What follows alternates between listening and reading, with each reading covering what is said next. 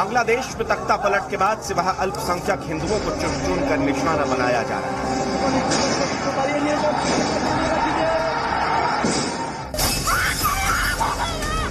घरों में आग लगाई जा रही है।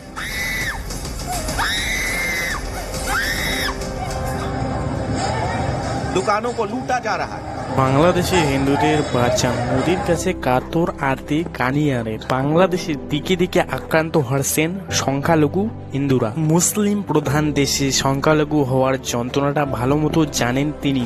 একটা সময় সংখ্যাগুরু মুসলিম ক্রিকেটারদের সঙ্গে একই ড্রেসিং রুমে থাকলেও তাকে থাকতে হয়েছে অচ্যুতের মতো।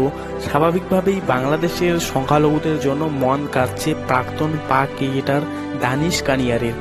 ভারতের প্রধানমন্ত্রী নরেন্দ্র মোদীর কাছে তার কাতর আর্জি বাংলাদেশের হিন্দুদের বাঁচান। শেখ হাসিনার পদত্যাগ ও দেশ ত্যাগের পরেও উত্তাল বাংলাদেশ।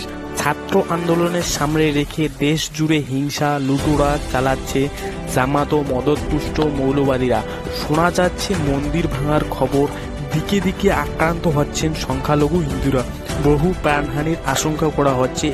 ইসকনের মন্দির ভাঙার খবরও পাওয়া গিয়েছে। ছাত্র যুব নেতাদের একাংশ পালা করে পাহারা দিতে হচ্ছে মন্দির। বাংলাদেশের এই বেদনাদায়ক দৃশ্য দেখে স্বভাবতই উদ্বিগ্ন কানিয়ারা। সোশ্যাল মিডিয়ায় তিনি বারবার আর্জি জানিয়েছেন বাংলাদেশের হিংসা রুখুন, হিন্দুদের বাঁচান। সরকারি প্রধানমন্ত্রী নরেন্দ্র মোদীকে উদ্দেশ্য করে প্রাক্তন পাক স্পিনারের কাতর আর্জি দ্রুত হস্তক্ষেপ করুন এবং বাংলাদেশে হিন্দুদের বাঁচান। কানিয়ারের আর্জি আমাদের ভাইদের এভাবে জঙ্গিদের হাতে মরতে দেওয়া যায় না।